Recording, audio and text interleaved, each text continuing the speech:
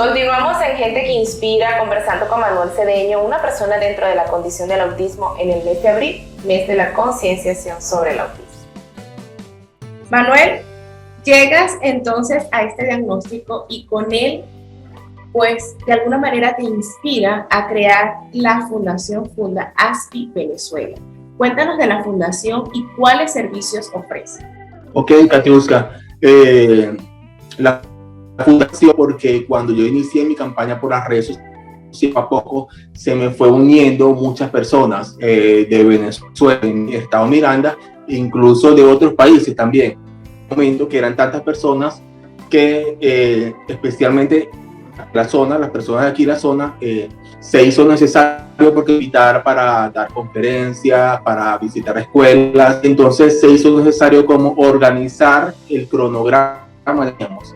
Y por eso mi mamá, que Dios la tenga, junto con mi papá y mi persona, bueno, formalizó fundación a la cual se unió primeramente un grupo de maestros de zona del estado Miranda, especialmente de Guatire, y también de distintos estados. Hicimos capítulos en todos los estados de Venezuela y también en Argentina, en Colombia, en España, en Brasil hicimos capítulos que trabajábamos primeramente contando acerca de lo que es el síndrome de Asperger y también dando conferencias, bueno, los libros. Finalmente se unieron también un equipo de médicos de la salud que eran con la oficina que yo tenía en ese entonces en Caracas, en la Plaza Candela. Nos apoyaron para lo que es el diagnóstico, el descarte, el tratamiento, las terapias para los niños con esta condición. Luego empezó lo que es la diáspora, la inflación, y la mayoría, bueno, sí, la mayoría en ese entonces se fueron, nos quedamos sin profesionales y sin el apoyo. También teníamos empresas que nos apoyaban, que nos daban dinero mensual, que nos ayudaba a pagar la terapia de muchos niños.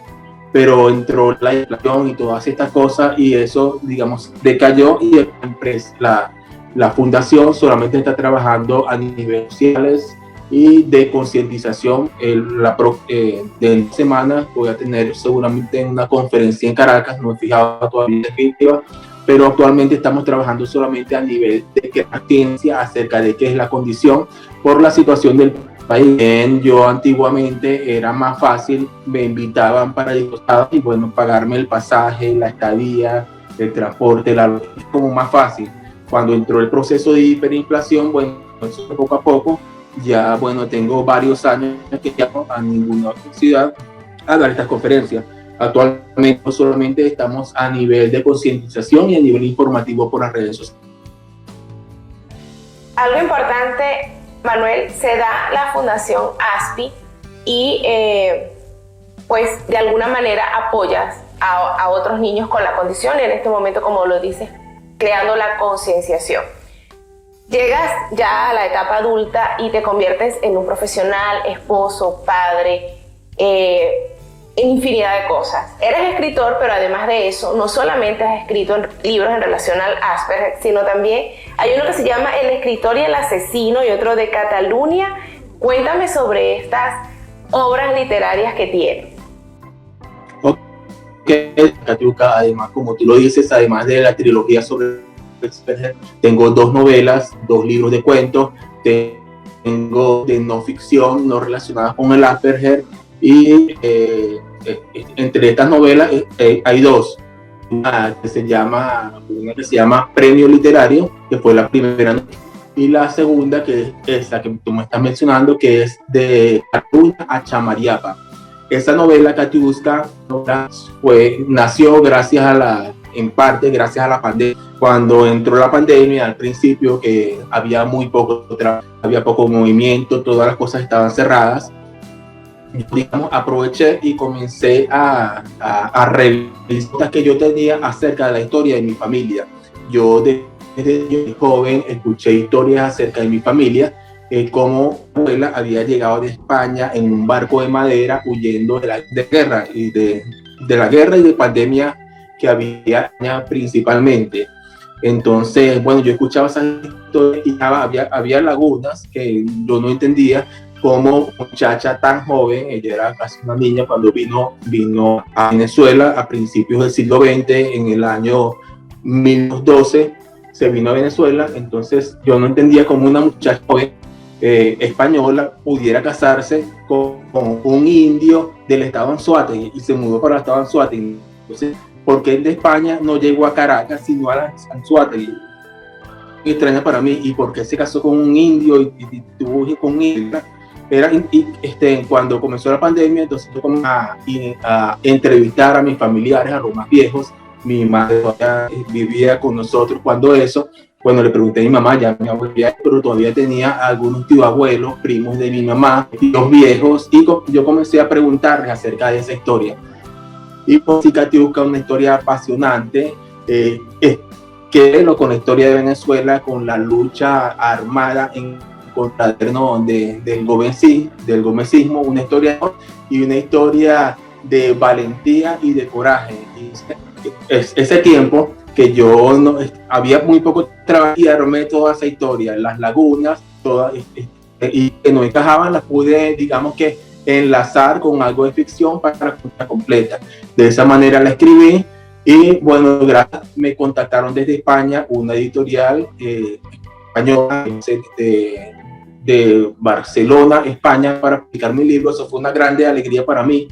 Y fue el libro mío que se publicó en Europa. Actualmente está en casi todas las ciudades de España, y también se puede conseguir por Amazon. Entonces, bueno, esa es la historia como vi esa novela. Maravillosa. Además de esto, también eres traductor, eres una de las personas que legalmente en Venezuela puede, pues, llevar al español cualquier documento oficial que se encuentre en otro idioma. Cuéntanos sobre esta habilidad que tienes, y además es un trabajo, esto es un trabajo. Sí, gracias, Katiuska. Bueno, a mi niño me empezó a gustar el inglés. Yo estudié, primero no me gustaba. No me gustaba el inglés, tal vez por los profesores que tenía. Un momento en tercer año de bachillerato que yo nunca lo hice, nunca que raspé una materia en bachillerato, nunca lo hice. Oportunidad en tercer año de bachillerato, iba tan mal en inglés, pues no estudiaba, iba tan mal en inglés que tenía que sacar 20 puntos en el examen final, cuando eso había exámenes finales, para no llevar la corrección. Si no sacaba 20, iba a reparar la materia. Eso hizo que yo me esforzara estudiando inglés, busqué mi libro, memoricé las palabras, practiqué, hice los ejercicios de sacar 20. Y en efecto, Katiuska, saqué 20 puntos, y pasé ya con 10, pero la pasé. Pero a partir de ese momento me encantó también, porque había un compañerito que le gustaba mucho el inglés y con inglés con él. En inglés básico comencé a hablar y eso me gustó mucho. O sea, desde ese momento, después cuarto y quinto año, me gustaba mucho el inglés. Lo que yo no me imaginaba, Katiuska, es que eso me iba a servir para adulta, trabajar de eso. Esa no es mi única, otras cosas también, pero actualmente es mi fuente de ingreso. Soy intérprete público, eso quiere decir que soy autorizado para hacer trabajos legales. Cuando tú tienes un hito, una partida de nacimiento, un acta de divorcio, un acta de función, y tú vas a llevar ese documento para el extranjero, tienes el inglés, pero no puedes hacerlo tú, tienes una persona que tenga su sello. O el documento viene de afuera y viene en otro idioma y hay que traducirlo oficialmente con su sello y su gaceta oficial, ese pago. Y es por eso. Y muchas personas con síndrome de Asperger, Katiuska, tenemos facilidades para aprender, autodidactas. Digamos, yo la mayor parte del inglés básico que empecé a aprender, lo hice de manera autodidacta, con mi libro, empecé a estudiar. Y así muchas personas con esta condición de forma autodidacta, las cosas que les gusta y que les apasiona. Y eso es una fortaleza. Así es, desarrollan grandes fortalezas y habilidades además. Con esto vamos a un corte nuevamente acá en Gente que Inspire, y al regreso mucho más de Manuel Cedeño.